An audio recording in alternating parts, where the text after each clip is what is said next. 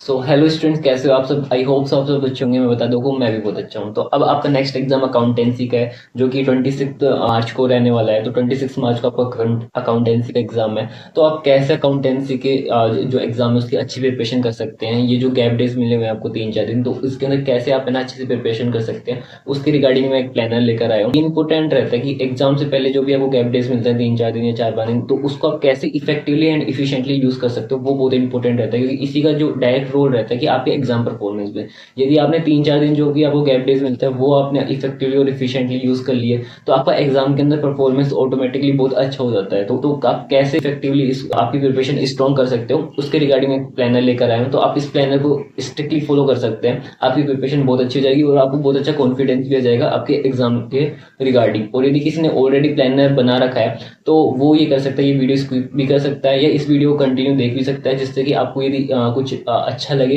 तो आप आपके प्लानर के अंदर है ना ऐड लेस कर सकते हो। ठीक है, तो अपन देखते हैं कि लास्ट 3.5 डेज के अंदर अपन है ना कैसे अकाउंटेंसी एग्जाम की अच्छी प्रिपरेशन कर सकते हैं।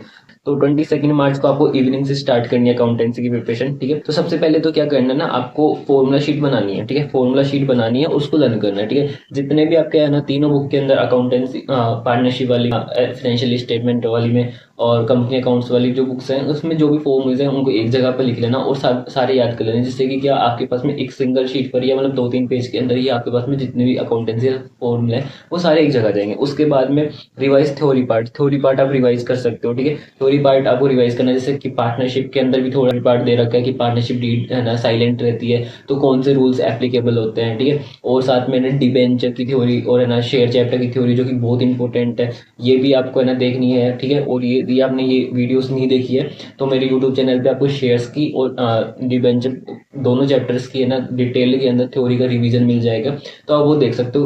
उससे आपका प्रॉपर रिवीजन भी हो जाएगा। और आप चाहते हो कि कंप्लीट आपकी कंपनी अकाउंट्स वाली जो बुक चलती है उसमें जितना भी थ्योरी पार्ट है वो एक ही वीडियो में देखना है, तो उसका भी मैंने पावर शॉट रिवीजन डाल रखा है, तो आप वो भी देख सकते हो, जिससे कि आपका ओवरऑल है ना कंपनी अकाउंट्स के अंदर जितना भी थ्योरी पार्ट है उसका रिवीजन हो जाएगा। और सिर्फ उतना ही तो क्या आपको 22 मार्च को क्या करना है, सबसे पहले फॉर्मूला शीट बनानी है। ठीक है, उसको याद भी करना है, साथ में क्या करना है, आपको जो थ्योरी पार्ट है आपका पूरा ओवरऑल अकाउंटेंसी का वो भी आपको उसी दिन करना है। साथ में कंपनी अकाउंट्स में जो भी शेयर्स वाला चैप्टर है, डिबेंचर वाला चैप्टर है, उसकी थ्योरी आप मेरे यूट्यूब चैनल से कर सकते हो या उसके नोट्स टेलीग्राम ग्रुप से मेरे मिल जाएंगे। उसके बाद में आप क्या कर सकते हो, जो भी फॉर्मेट्स हैं ना, जो भी इंपॉर्टेंट फॉर्मेट रहते हैं जहाँ पे अपने भूलने के चांसेस ज़्यादा होते हैं, तो वो फॉर्मेट्स को अच्छे से याद कर लेना। जैसे कैश फ्लो स्टेटमेंट होता है तो उसके अंदर ना डिफरेंट डिफरेंट आता है, जैसे इस तरीके से जो भी कैश फ्लो स्टेटमेंट का जो फॉर्मेट होता है, या शेयर्स की जो शेयर्स के अंदर जो बैलेंस शीट आती है, ठीक है, जहाँ पर अपन इशूड कैपिटल लिखते हैं, ऑथराइज्ड कैपिटल लिखते हैं, subscribe capital, subscribe but not fully paid up, तो ये जो एक फॉर्मेट होता है ना, जो फॉर्मेट वाले जो भी अकाउंट्स है या फॉर्मेट जो भी आपको इंपॉर्टेंट लगता है फॉर्मेट्स वाले, तो बैलेंस शीट है, तो जो भी इंपॉर्टेंट लगता है वो आप यहाँ पे याद कर लेना। ठीक है, तो 22 मार्च को आपको ये 3 काम करने हैं मेजरली। ठीक है, उसके बाद नेक्स्ट डे आपके पास है 23 मार्च। 23 मार्च को आपको क्या करना है, तो 23 मार्च को आपको कौन सा चैप्टर करना है, तो कैश फ्लो स्टेटमेंट वाला चैप्टर कर लेना, अकाउंटिंग रेशियो वाला चैप्टर कर लेना, comparative and common size statement वाला चैप्टर कर लेना, financial statement of A company कर लेना, फाइनेंशियल स्टेटमेंट एनालिसिस वाला चैप्टर कर लेना।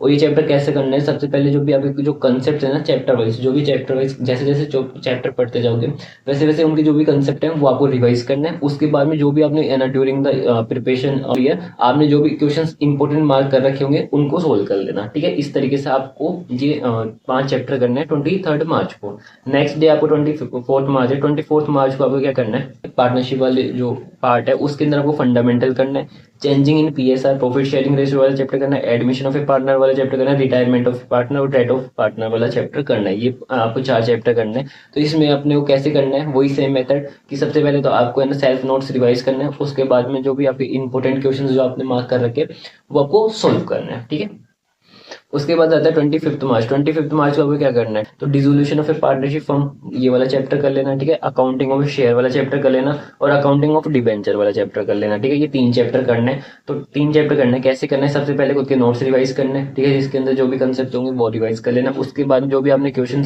इंपोर्टेंट मार्क कर रखे वो क्वेश्चन भी आप सोल्व कर लेना। ठीक है, और शेयर्स वाले चैप्टर की और डिबेंचर वाले चैप्टर की जो थ्योरी वाली वीडियोज है वो मैंने ऑलरेडी अपलोड कर रखी है, मैंने बता दी, तो वो आप देख सकते हो, उससे आपको बहुत अच्छी है ना क्लियर क्लियर अंडरस्टैंडिंग हो जाएगी और वहाँ से यदि क्वेश्चन आता है तो डेफिनेटली आपको आपके जो मार्क्स हैं वो कटने के चांसेस बहुत कम हो जाएंगे। ठीक है, तो आपको 25 मार्च तक इस तरीके से आपको जितना भी अकाउंटेंसी के अंदर जो भी सिलेबस है वो अच्छे से कवर हो जाएगा। ठीक है, 26 मार्च को क्या करना है आपको, 26 मार्च को आपको क्या है एग्जाम है, तो 26 मार्च को आपका एग्जाम है, तो उसमें आपको क्या करना है, दो ही काम करना है। ठीक है,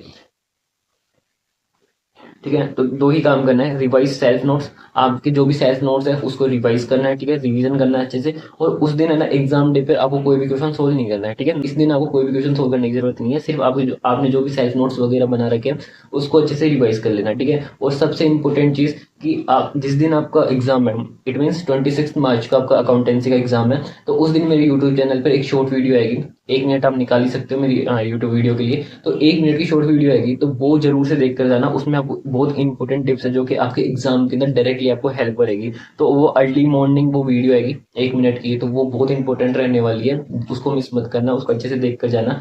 तो आप इस तरीके से आपका जो 26 को आपको जो अकाउंटेंसी का एग्जाम है, तो उसके लिए आप अच्छे से है ना प्रिपरेशन कर सकते हो इस प्लानर के रिगार्डिंग। इस प्लानर को मैं मेरे टेलीग्राम ग्रुप के अंदर शेयर कर दूंगा, तो और आपको अकाउंटेंसी से रिगार्डिंग या कोई भी क्वेश्चन के रिगार्डिंग कोई भी डाउट हो, ठीक है, तो वो आप मेरे टेलीग्राम ग्रुप के अंदर शेयर कर सकते हो ज्वाइन होकर, या यूट्यूब पर कमेंट भी कर सकते हो। ठीक है, इस प्लानर को अच्छे से फॉलो करना, जिसने ऑलरेडी खुद का प्लानर बना रखा है, और या आप उस प्लानर को भी फॉलो कर सकते हो, आपका पेपर बहुत अच्छा आने वाला है। ठीक है, so best of luck and thank you.